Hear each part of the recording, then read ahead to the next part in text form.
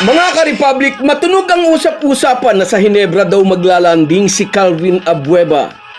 Matapos itapon ng Magnolia kapalit ni Will Navarro, pati mga legit sports writer ay tinanong ang Hinebra coach kung may plano silang pitasin ang The Beast. Samantala, ginamit na ng talk and text ang kanilang frozen asset. Kapalit ng signing rights ni Mike Williams, dinagit ng tropang 5G si Jordan Heading mula sa Converge. Depende kung makapaglalaro na agad ng Phil Aussigard, palalakasin nito ang kampanya ng TNT para sa pinapangarap nilang Grand Slam. Pag-uusapan po natin yan, pero bago ang lahat ay maglalambing po ako sa inyo na isubscribe ninyo itong ating channel at kung di masyadong makakaabala ay ilike at pakishare na rin ninyo. Malaking bagay po yan sa aming mga vlogger. Maraming salamat. Mga ka-Republic, maagang nakita ang writing on the wall o ang mga palatandaan na on the way out na si Calvin Abueva mula sa bakuran ng Magnolia. Ang numinipis niyang minuto bawat laro at ang paminsan-minsang DNP o did not play sa laro ng hotshots ay malinaw na sintomas na may nilulutong plano ang team management. Planong hindi natunugan ng mga outsider. Pero matagal nang alam ng Magnolia coach.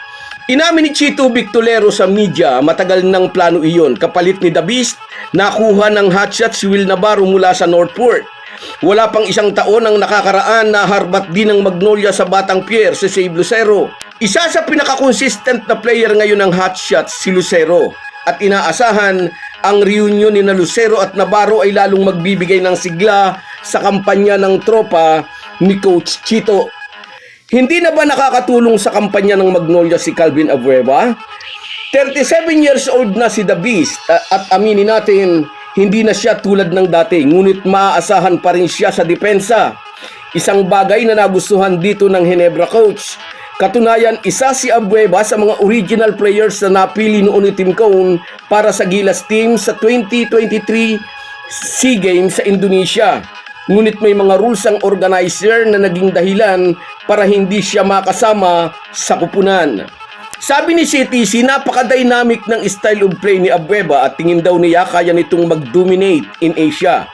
Pero sa world stage, pasubali ng Gilas at Hinebra coach, maliit daw si The Beast sa posisyon nito.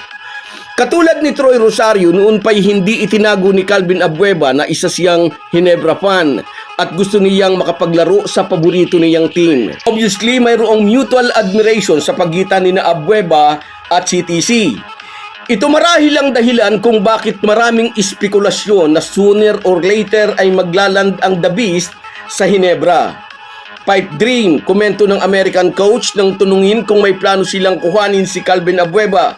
Ibig sabihin, nag-iilusyon daw ang mga nag-iisip na didiretso sa Hinebra ang dating hotshots forward na ngayon ay nasa Northport na. Kaya yun ang totoong issue mga idol. Malayo raw sa isip nila na kuhanin si The Beast. Mag-i-MPBL daw ba si Abueva after ng kontrata niya sa Northport?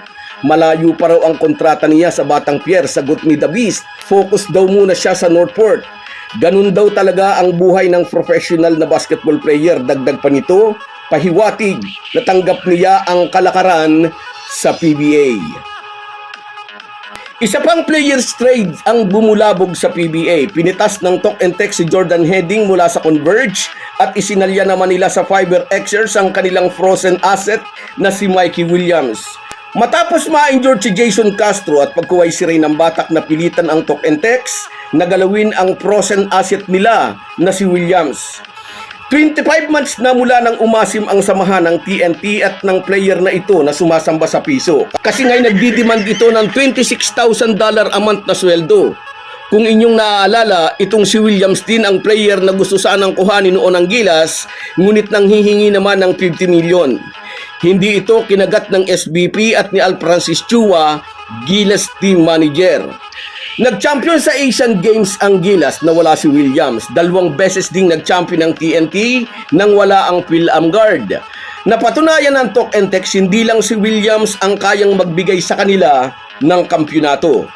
Sa tingin natin, buo na siguro ang plano ng TNT team management na buruhin si Mikey Williams, bigyan ng leksyon sa kaswapangan nito. hayaang maubos ang productive years na hindi naglalaro at wala ring tinatanggap na sweldo. Tutal, kaya naman nilang mag-champion na wala ito.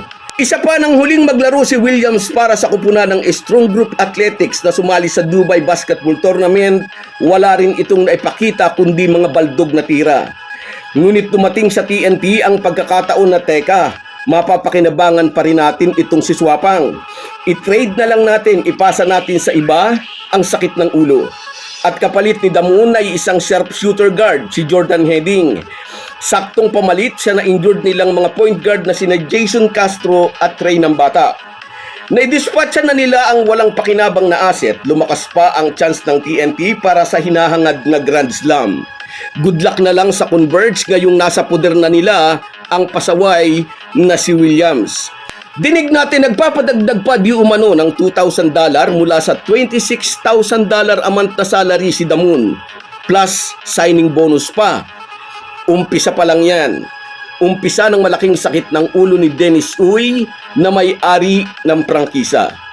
So guys, yan lang muna. Hanggang sa muli.